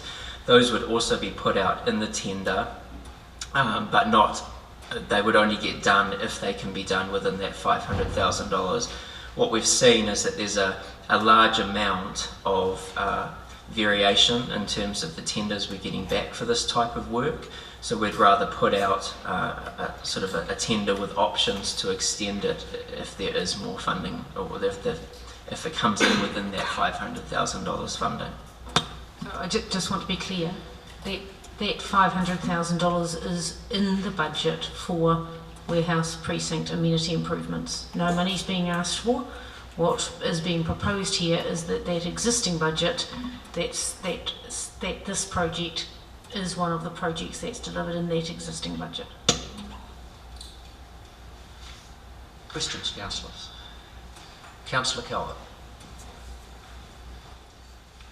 2 questions. One of them is, I'm just a wee bit confused about how we got so far along this with the proposal and budgets and plans and things without starting by council approval to start the closing the street process, because that predicates all the rest of it to me. I mean, it seems to me now we're looking at whether we approve of closing the street when we've already been doing all this work. Did I just miss the part earlier that did something that doesn't make this seem like an... So that's question 1. Question 2 is, there's a vague mention of parking here. Could we, before we put anything out, and as we're putting things up, as we did in the warehouse thing earlier, actually determine what parking we're losing, and I'd also be interested to know what effect that has on other parking and any proposals that we would do and whether that has any economic effect. So, 2 questions. To the first question, this report is seeking approval to start a consultation process. It's not seeking confirmation of closing the road. We felt that in terms of the design though, we needed to be able to say to people what the space would look like if it was to be closed. Otherwise it was very much, well, if you close the road, what are you going to use it for? The proposal had come up through the warehouse precinct revitalisation plan previously, and had been broadly outlined in that document in terms of this was something that would be considered. In terms of the second question, I think we know exactly, well, not exactly, we know the number of spaces that we are likely to lose under the Jetty Street Bridge. They are at this time the only spaces we'd lose. Those are not currently formal on-street car parks. It's basically informal car parking. How many cars you can get in there depends on how people park. To access it, people need to drive over the pavement to get in there. So we can measure how many are there, and we can, as part of the consultation, say how many we're likely to gain back on Cumberland Street should it go ahead. So we can get an idea of those two differences. Councillor Noon. Just a question for the Chief Executive, and it relates to the third recommendation, the establishment of a hearings panel under the delegations under infrastructure services. There is a subcommittee that essentially carries the delegation to deal with road stopping. Although this is not a pure road stopping, but it's pretty much equivalent to it, in service vehicles, etc. But it would be appropriate, would it be appropriate for that subcommittee to deal with this in terms of a hearing, is the question. Yes, I don't know the answer offhand, but that's certainly something worth having a look at. So if it is, then that would be the obvious first choice. Mr Chairman, I'm happy to move, when you're ready, the 3 recommendations, and I'll come up with the 3 members of the panel.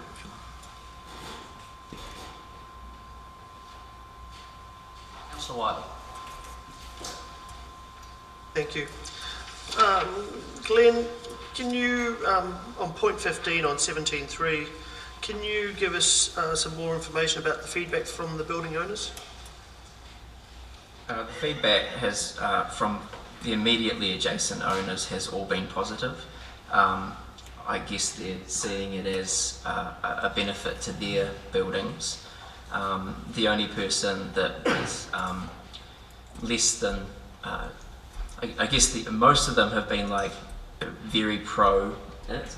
The only one that was not, that was more ambivalent towards it but could see how it would work still for them was the owner of Sammy's, and that's because they only share an alley access way off the space. The others have actually, some of the others have gone so far as already drawing plans of their buildings with how they would potentially use that space as well. So I can say that they are quite positively predisposed to it. Okay. And one follow-up question. Do we have a vehicle count that uses it all the way through? We have a vehicle count for the 2 sections there, which John gave me before he left, which is 500 a day in those 2 one-way sections. Sorry, so that was, yes, we do for the 2 one-way sections, which is 500 per day. Okay. Sorry, I said that was the last question, but when I look at a map, I'm just worried about the traffic implications with closing Jetty off. Water Street you can't go through, Police Street you can't go through if you're driving from Cumberland through to Princess Street. So have you taken that into consideration? Yes, our consideration was that people will either turn off earlier at Rattray Street and head through there to go straight across the 2, or they would have to go as far south as Jervois Street.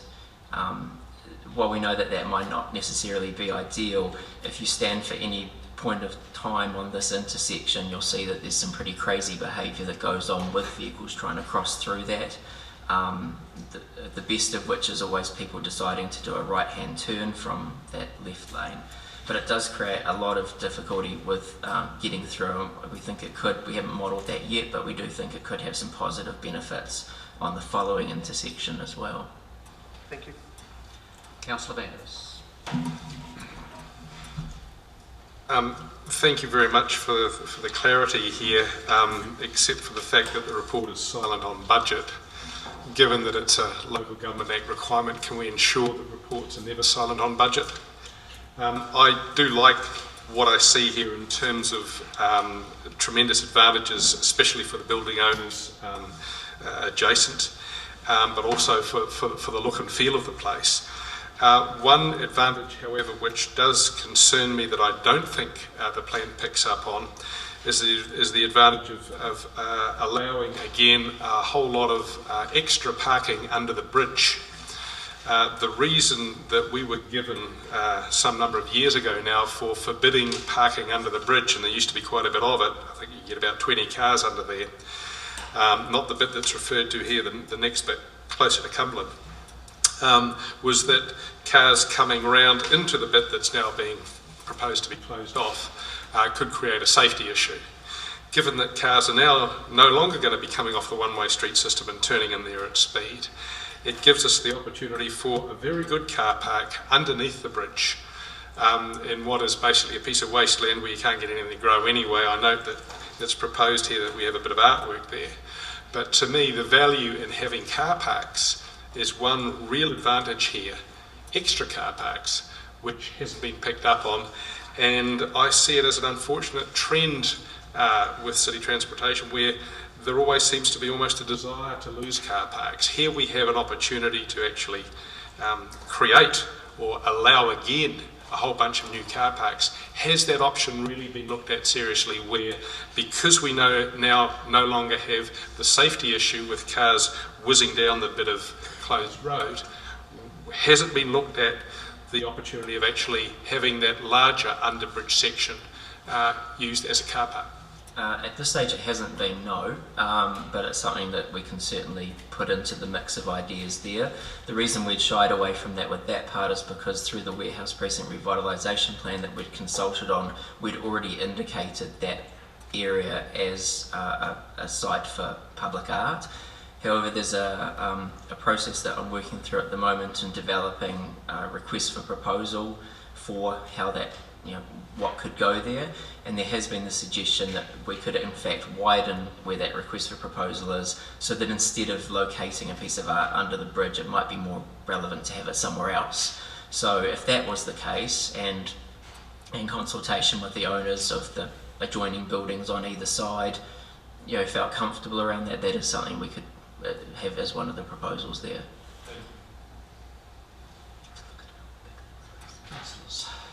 Anyone wish to move the resolutions? Councillor Vanders moving. I'll second. Seconded Councillor Noon.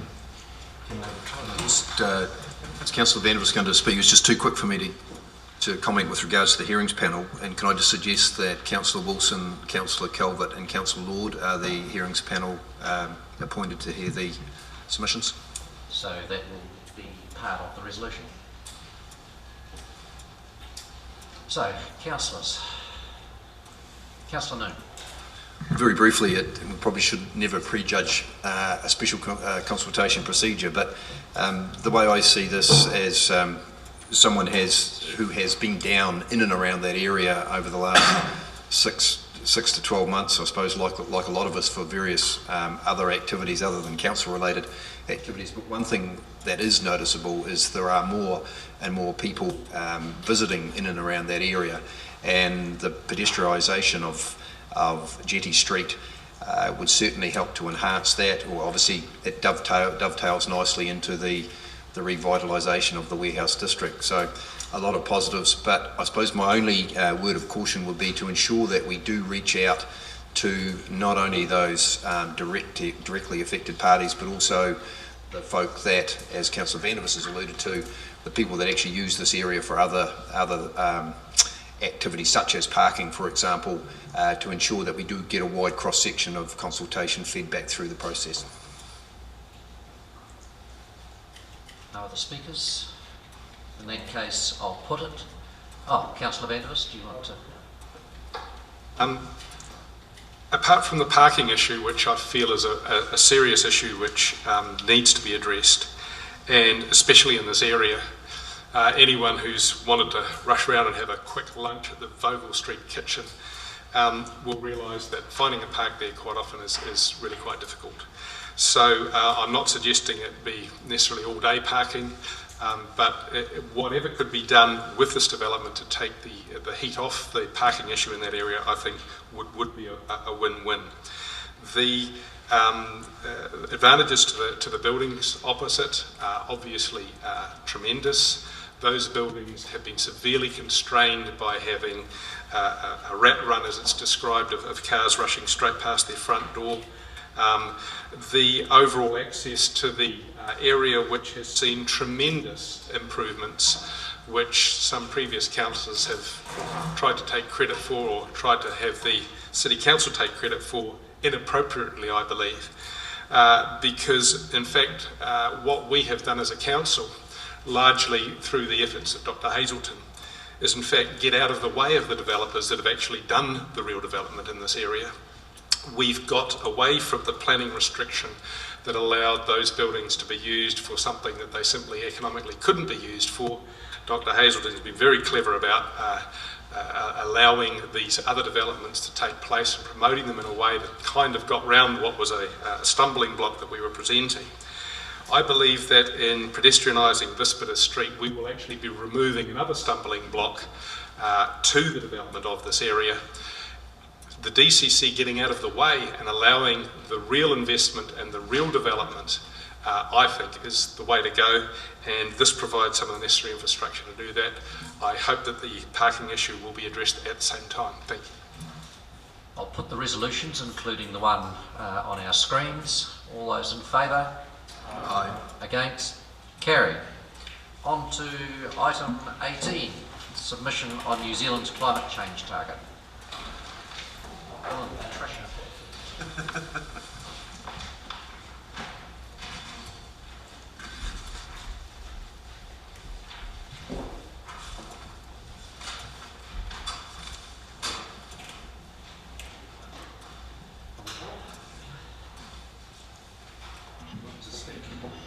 Yeah, I'd just like to acknowledge that the Ministry for the Environment has left us with a very tight time frame, as we've noted in the submission here, and so that didn't really give us a great deal of opportunity to consult internally, and it's also because of that tight ministry deadline, the internal process has become quite acute as well. So we're more than happy to accept some policy direction from the council if you feel that we've missed anything out. Councillor McTavish. Just to signal, Mr. Chair, that I have sent through to everybody some amended proposed resolutions. Sorry, I sent them about an hour ago, but people probably don't have them in front of them. So just when you're ready, yeah. Any other questions? Councillor No. Thank you, Mr. Chairman. Probably a question for Bill or Patricia. The possibility of domestic policy being consulted in the same fashion as this one, that's likely to occur in a, have you got any idea in terms of a time frame, or will they go through a similar consultation process in due course? We understand that process will happen after the Paris meeting, so it will be from early next year. Okay, thank you.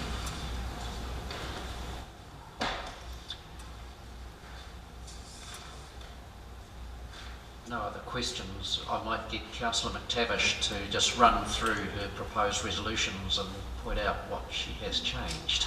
So I was just wondering, do people want a copy of this? Because I'm happy to run through it on the screen, but people like me don't have it in front of them. Let's see if we can read the screen. All happy? I'll talk Councillor. through it.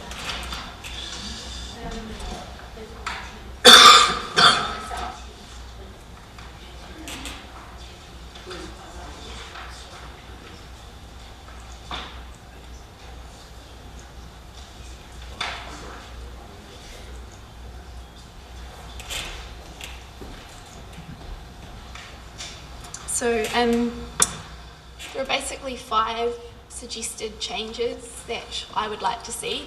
Could be that people agree with 1 or 2 of them and not all of them, but in speaking to them one by one, the first is just in relation to 6. So 6 talks about the fact that we have had a report done by Blair Fitzharris and speaks to what that covers. What it doesn't acknowledge is, or what the Fitzharris report doesn't cover in any detail, is the potential impacts, financial impacts and otherwise that might arise in Dunedin from indirect impacts. And I thought, in the interests of providing a full explanation of what the report does and does not cover, then that may be appropriate to include for the purposes of clarity. In terms of B, in relation to paragraph 11, we included what I'm seeking here in our block office submission earlier in the year, in February, and I thought in the interests of consistency, it would be helpful to reinforce the same request. So it's just insertion of a reference to the government's support for international agreements seeking to limit global warming to 2 degrees above pre-industrial levels, and a request that our target should be consistent with this. So happy to answer any questions on that. C is in relation to 14 and 15. So 14 and 15 is referencing different emissions types in our country, and obviously there are agricultural emissions which are more difficult to mitigate or avoid, albeit there are things that can be done, but they are more difficult. And then there are carbon dioxide emissions which come from other land use and transport and energy and that sort of thing. The latter are much more easy to mitigate against than the former, and what has been suggested, or certainly was suggested at the climate change consultation evening which I attended the other day, was that it may be worthwhile for, in New Zealand's case, disaggregating those 2, looking at them both separately, and considering what is possible in both of those areas, rather than lumping them both together and coming to one target. Personally, I think that makes sense given the limitations that we have in terms of agriculture. D is in relation to 16 and 17. So 16 and 17 is talking about how we calculate or the cost-benefit analyses that we might make, and the request in the staff submission, which I think is a good one, is that we look at the potential future costs of adaptation as part of that analysis. But I think, or personally I think that we, and this again was a theme at the climate change consultation evening the other night, people were asking that we look at the benefits or the co-benefits of emissions reduction efforts, for example in areas like health. So if we're putting insulation into houses, yes, there are benefits in terms of reducing energy use and associated emissions, but there are a range of health benefits which should also be factored into the equation.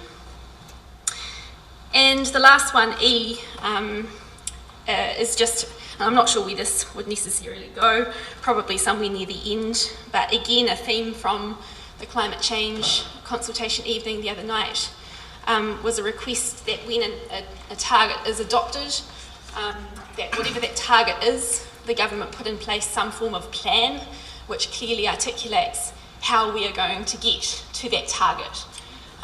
And personally, I think it would be helpful if they clearly articulated what local government's role was in that so that we all had clarity around that. But I haven't gone as far as to include that because I wasn't sure if it would get support. So happy to answer any questions from anyone on any of the above, but would seek a seconder, Mr. Chair.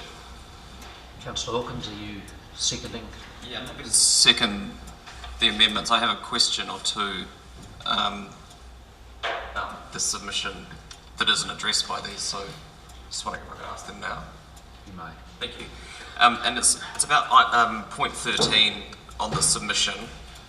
And I have two questions. The first sentence, I'm not entirely sure what that means. So I've got to have some clarity about what that first sentence actually means. And the second seems like code to me for if other countries don't do anything, then we shouldn't either, because that's an economic disadvantage, or sorry, a negative impact on our international economic competitiveness. So just seeking clarification for staff if that was the intent of that second sentence and what that first sentence about recognising and maximising transitional economic opportunities means. Okay, through the chair. I think the first sentence had more in mind the Amendment D, if you like, the co-benefits associated with some of the changes, which are discussed in the discussion document itself, and I guess in parts we have, rather than restated the discussion document, just sort of used some of its jargon, if you like. And secondly, no, that wasn't the intention of that sentence, wasn't to read down, if you like, the nature of an international commitment. It was more to make the point that to the extent that a stronger international commitment happens, that takes care of some of the trade imbalance questions that might otherwise arise, if that helps. Thanks. Councillor Davis. On the bottom of 18.1, it talks about investing $42 million in biofuel research. Have you got any idea what investment $42 million might actually bring, given that biofuel already exists? It's been extremely well researched everywhere overseas. You can do it yourself in your backyard. In fact, if you go to the supermarket and buy some oil off the shelf, you can throw it in your Land Cruiser and it runs fine. Mine come all the way from the west coast here to this side, just simply running it on oil that you can buy off the shelf. So why would you want to spend $42 million on biofuel research when it's pretty much known how to do it, how much it costs, and what the benefits are? Through the chair, I won't seek to speak for central government or for any particular technology, just to draw your attention to the fact that the discussion paper does refer to some perhaps novel biofuel sources. It refers to manufacturing from inedible tallow and whey, a range of crops, woody biomass, which we're probably more familiar with here, as potential, and biofuel blends. So I don't know if that means some combination of the above, but they're the sort of things that the central government seems to have in mind for that program. Right, but you don't really know what the $42 million would be spent on. No, it's a central government program. And the $10 million they're talking about annually to research new agricultural mitigation technology, is this FART research? Again, I couldn't comment on a central Seemed to be a program. nod from, sorry, your friend up there. Sorry, I don't know your name, pardon me. Patricia? Patricia. Are you confirming that there's actually FART research? I don't know what that means. It's probably partly that. I'm not sure. Again, that's a central government research program that we don't have the details on. Okay. Because I noted that there was a FART tax proposed at one stage which sort of got shouted down, and I thought perhaps this might be code for researching something similar. How do you mitigate agriculture anyway? It's certainly around mitigating the gas emissions caused by Could be a number. From agriculture. Okay. Agriculture can also, of course, include carbon sequestration in soils associated with crops, not necessarily all livestock. Councillor Thompson. Well, I was just, I may be wrong, but I understand that there is research going into the impacts of different kinds of feed onto the amount of methane that's produced by animals that are on those different kinds of feed. Yep.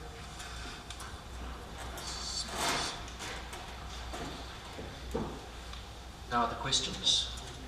In which case we have the resolutions as on the screen, moved by Councillor McTavish, seconded by Councillor Hawkins. So, Councillors, debate. Councillor Vanquist. I can't help noting that there are enormous amounts of money involved in doing research, and I wonder why it is that New Zealand seems to flatter itself into thinking that it can be a world leader somehow in this kind of research, or even that it has particularly a lot of point.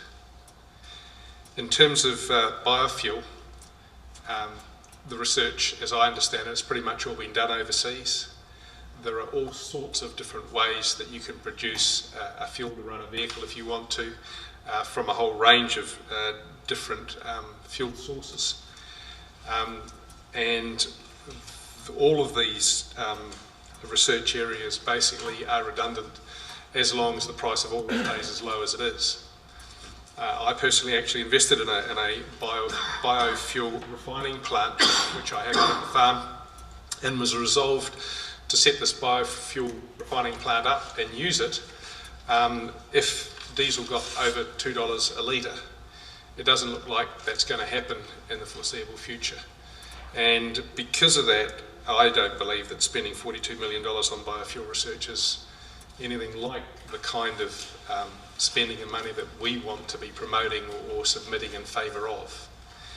I wonder really whether any of these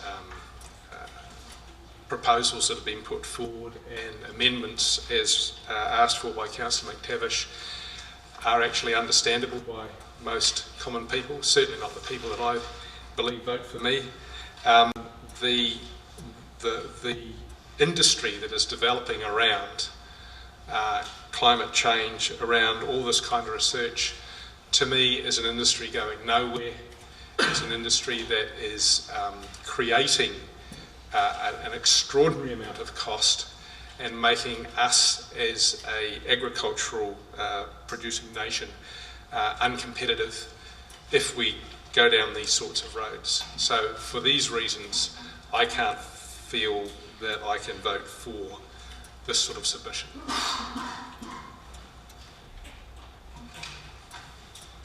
Councillor Peake.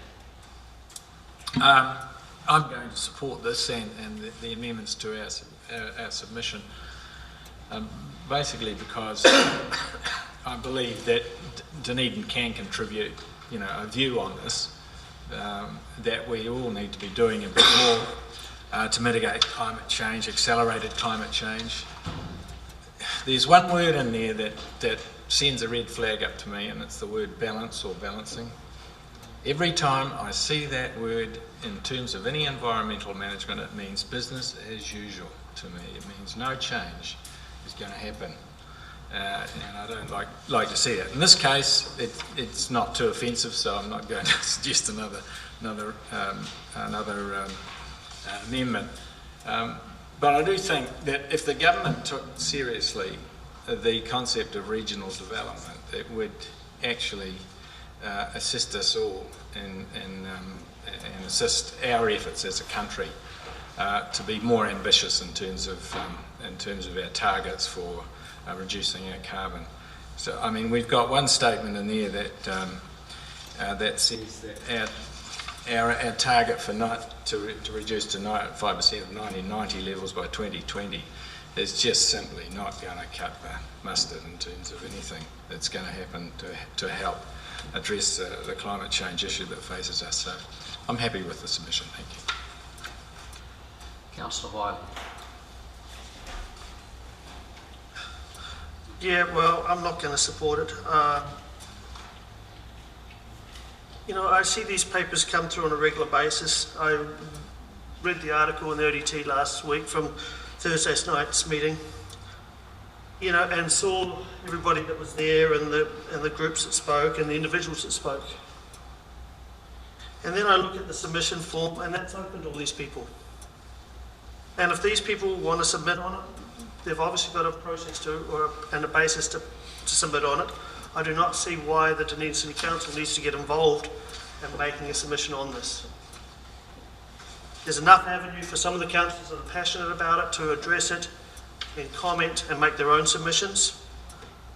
I struggle when there's at times very little support for gas exploration off the coast of Otago, and yet we're mining for coal. Well, if we actually really invested in gas exploration, we would reduce some CO2 emissions. You know, I also note Councillor Pete's comments on central government support for regional business. Yes, that would make a difference. But when I look at the submission form that MB has presented and asking for people to submit on, well, encourage the community to submit on it. I can see Councillor Hawkins furiously writing. But, you know, make a submission yourself, individually. I don't believe this is our role to stand here and basically keep submitting papers on this. I think the community has their voice, let them use it, and let's move on to more pressing issues for our city on that basis. Councillor Hawkins. Yeah, thank you, Mr. Chairman. I think it's a concerning avenue for us to be going down when, and you know, as one broken record responding to another, we around this table decide to start picking and choosing when this council represents the concerns and the aspirations of its community. I don't recall Councillor Wiley grandstanding around our submission against the amendments to the Building Act around earthquake-prone buildings, because that also was a government-run process that all of the private building owners did have the avenue to submit as private citizens, and yet we collectively recognised that it was a concern for our community as a whole, and by adding this council's weight to their concerns, we could achieve something to help alleviate them. And we did, in the fact that those original proposals were amended, and the one-size-fits-all model was adjusted to take those kinds of concerns, not just here in Dunedin, but regionally, that were expressed through that process. So to say that it is something that we shouldn't be doing, because it may or may not suit the ideological persuasions of the councillor, or to say that it's something that can't be effective, when in very recent history we've seen that it can be, I think is disingenuous. I think it's a shame that the electors of Councillor Vandervis struggle with understanding these concepts. I was at the meeting, as Councillor Wiley is aware, last week, where hundreds of people turned up at very short notice to a meeting that the Ministry for the Environment originally deemed us not worthy of even having, to share very passionate and very articulate views around what they see as the issues for us as a society and as a country in the medium to long term, and what our commitments need to be as a country post 2020 to try and alleviate some of those potential outcomes, aged from 8 to 80, covering a fairly broad range of scientific and some more emotive arguments. So there are, thankfully, plenty of people in our community that do understand this, that do see the urgency required. This doesn't go nearly far enough for my liking, but I'm comforted by the amendment suggested that refers to the 2-degree limit, which I think does cover the full range of opinions that exist as to how we might get there, should that even be possible at this late stage. So I commend the submission and these amendments. Councillor McTavish, you're right for reply. Just briefly, through the chair, look, while I share some of Councillor Vandervis's views about the investment choices that our government makes, I would note that this submission isn't necessarily a critique of that, those investment choices. This submission is an opportunity for us to comment in relation to what things we would like the government to take into account when they set our INDC, or our intended nationally determined contribution, or our climate change target, which is basically a percentage emissions target that they will take to Paris at the end of the year, to throw up in the year amongst all of those other INDCs from other countries, and to decide effectively whether or not we have a hope of staying below 2 degrees.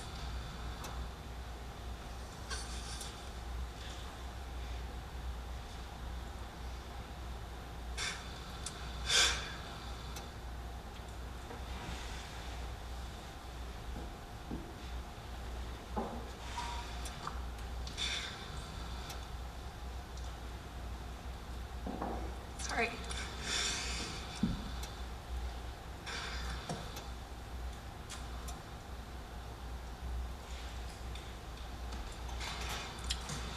I could have come in here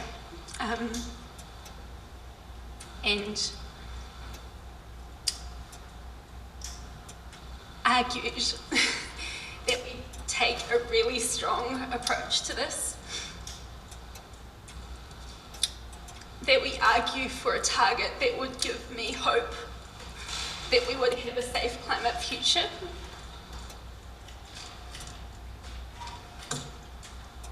I didn't do that because I know that around this table there are different views about that issue, and there are different perspectives on what is manageable, or perhaps different priorities around how we should act in regards to climate change. So I didn't do that, but what I would ask is this council acknowledge the science, which is what this motion does, acknowledge the commitment that our government has made to an agreement, to a position which meets the framework that that science provides, and that considers all of the factors, including the benefits associated with action when it meets that target. I don't think that's too much of a request, really.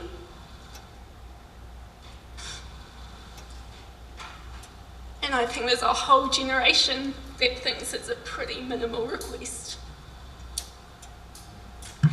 Thank you. I'm going to put it. All those in favour? Aye. Against? No. Recorded, please. I'd like to abstain. I think in the circumstances it was a bit hard to decide whether the ayes or the noes have it here, so I'm going to request that it be a division.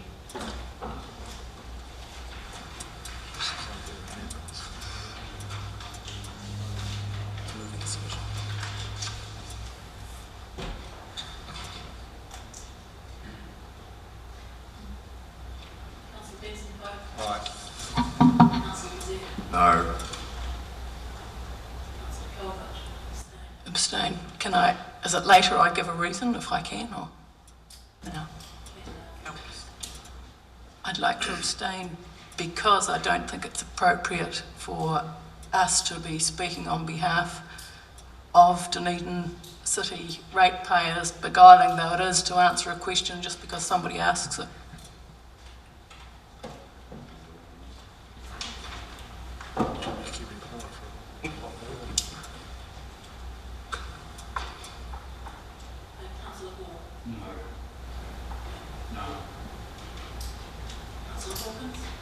Aye. No.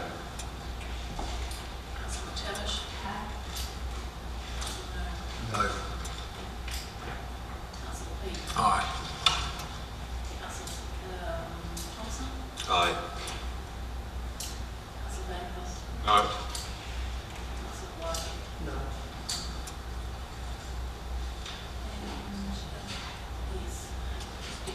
Aye.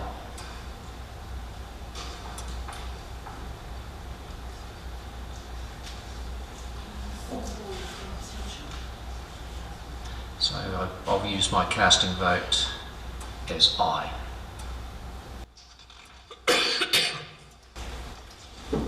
So the motion is carried. Item 19. Audit arrangements.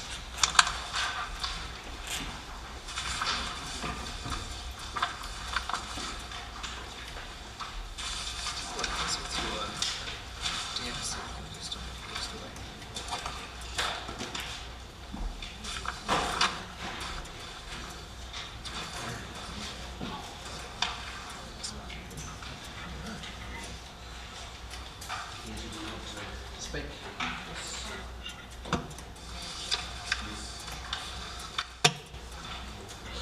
So this is the standard audit arrangements letter from Audit New Zealand.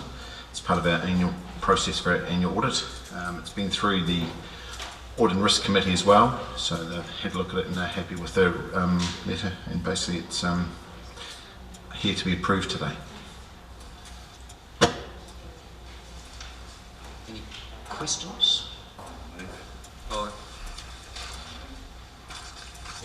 Moved Councillor Noon, seconded Councillor McTavish. No debate. I'll put it. All in favour? Sorry. My apologies, I got distracted talking with the Chief Executive. Can you let me know? Order, Mr. Chair. Yeah, It was carried. It put it and it was carried. it is carried. Which then takes us to item 20, the audit engagement. Very similar. I'm not quite sure why Audit New Zealand sent us two letters, but they replicate each other. And it's, as I say, once again, it's been through the Audit Risk Committee who've approved it, and it's here to be signed. I'm happy to move, Mr. Chairman, after Councillor Vandervis asks Councillor McTavish, seconded Councillor Noon. And Councillor Vandervis has got a question. Councillor Vandervis does have a question. Sorry. You're on 20 now? Yes. Yeah. My question related specifically to 19, never mind. I'll look forward to 21. Any other questions? Thank you, Councillor Noon. Not, I'll put it. All those in favour? Aye. Against? Carried.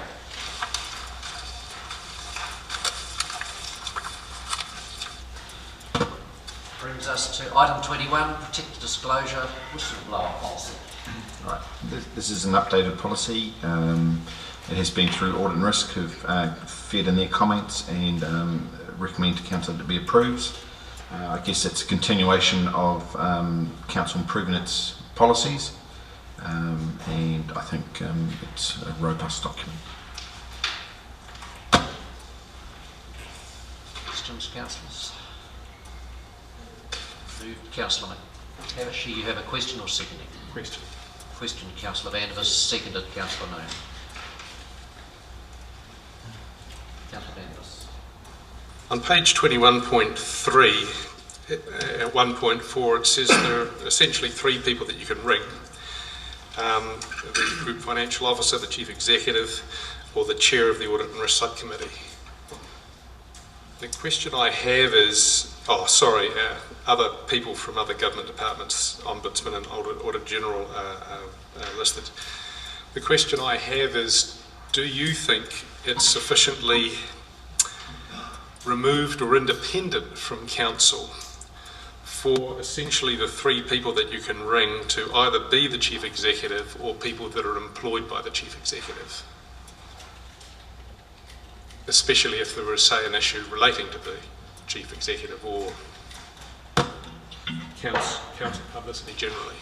So that's the reason why we have the Chair of the Audit and Risk Committee, because they are not related to Council at all. Is the Chair of the Audit and Risk Committee not actually appointed by the Chief Executive and paid by the Chief Executive? No. So who pays the Chair of Audit and Risk? So who pays? Yeah, who pays them? Council does. Council does. Okay, fine. So you've answered my question. Thank you. No other questions or debate? Councillor Vandervis. I believe that this is not good enough in terms of a whistleblower policy because of the personal difficulties that I've experienced in actually trying to blow the whistle here to the previous Chief Executive. In 2011, I sent a slew of emails to the previous Chief Executive with allegations of a wide range of frauds, from tyre fraud to credit card fraud to vehicle disposal issues, a whole range of things, and that went to the Chief Executive and nothing was done. And if I had sent the same information to the Chief Financial Officer at the time... I don't think that that's correct. No, it's not true that nothing was done. I think you're aware that the previous Chief Executive spoke with the staff concerned. He visited Tuna's car yards, who assured them that they didn't have a problem with the process. You were given some information about purchase and sale of cars, which proved to be fraudulent, but you were given that information. So it's not a fair characterisation to say the previous chief executive did nothing. In fact, he followed up about the tyres, and the person involved in the tyres issue has himself confirmed that there was no fraud, in fact, in that issue. So I don't. Sorry, my apology. I didn't mean to say that they did absolutely nothing. What I should have said was they did nothing that actually led to an appropriate result. That is to say, nothing was done which actually detected the fraud, which is what this business is all about. So what I'm proposing is that in addition to the people listed here, that we also have another position that is entirely independent of City Council that someone can blow a whistle to. My thought was Dean of the Law Faculty would be someone sufficiently removed and someone sufficiently up with legal requirements and able and someone that you could actually go to outside of DCC paid personnel to be able to make a whistleblowing complaint. Someone has said, well, you can't go to the Ombudsman or the Auditor General, and that is true, except that the Ombudsman is woefully under-resourced currently. The last time I went to the Ombudsman, it was 11 months before I got a reply, and that was on a substantial issue of multi-million-dollar allegations of fraud regarding the town hall development issue. So the Ombudsman effectively no good as a whistleblower at all. The Auditor General was even worse when for a year they investigated supposedly the Jacks Point Luggett $14 million lurch into property speculation, and I tried to give them information as a whistleblower and went to the extent when they didn't want to talk to me, saying I had 350 emails in a letter to the editor, and they still didn't want to talk to me.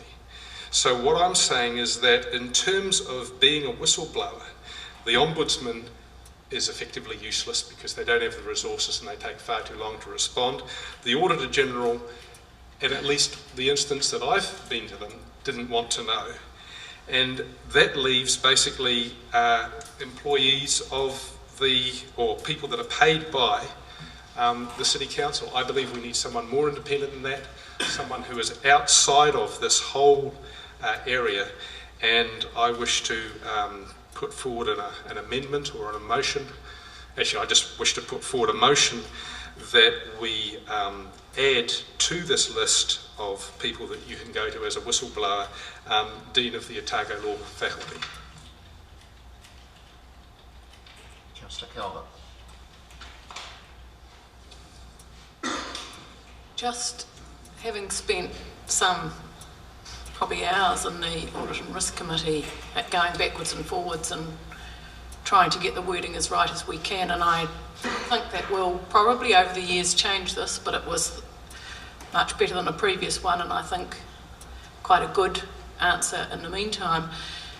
I can't imagine how we would cajole anybody more independent than the chair of the Audit and Risk Committee to provide this function without us in some way remunerating them, and as soon as they did remunerate them, they would be paid by us the same as the independent chair of the Audit and Risk Committee. So I'm not sure how that could possibly work. I know there's civic-minded people around and people who would do a variety of things for their fellow man and woman for no charge, but I think that this is an important task and it should be resourced by the Dunedin City Council. So the best we can do in that regard is to choose somebody independent, and the chair of the Audit and Risk Committee seems to me the appropriate person to do that. Councillor Vandervis, your amendment, have you got some words for that, and do you have a seconder? That the Dean of the Law Faculty be added to the list of whistleblower contact. Is there a seconder for that amendment? Fails due to a lack of a seconder. Any other councillors wish to speak to this? If not, I'll put Councillor McLaren. Well, I just thought, briefly, I mean, I think the point that Councillor Calvert makes is a good one in the sense that, but I do think what we need to be clear on is when we do elect the chair of the Audit and Risk Subcommittee every 3 years or whenever it is, that this is clearly listed as one of the responsibilities for that person, so everyone is clear that that person will hold effectively a dual role. I'm not sure whether that's been the case historically, probably not, because this wasn't in place. So hopefully that will be amended for the next time round. Thank you. That was the right reply, Councillor Thompson. Did I miss you? Oh, well, you did actually. I had my hand up before. But, sorry, I didn't pick you up. I'm happy to give Councillor Thompson my right of reply. No, you can't. We've already taken it. Was it something that we needed to know, Councillor Thompson? coming from me, it's always something you need to know. You can't have a right. All right, look, I'm going to put it. All in favour? Aye. Against? No. Recorded, please. Carried. That brings us, councillors, to the non-public part of the meeting, and I will move that the public be excluded from the following part of the meeting, namely items 22 to 24 for the reasons outlined in the papers. Second, Councillor Noon.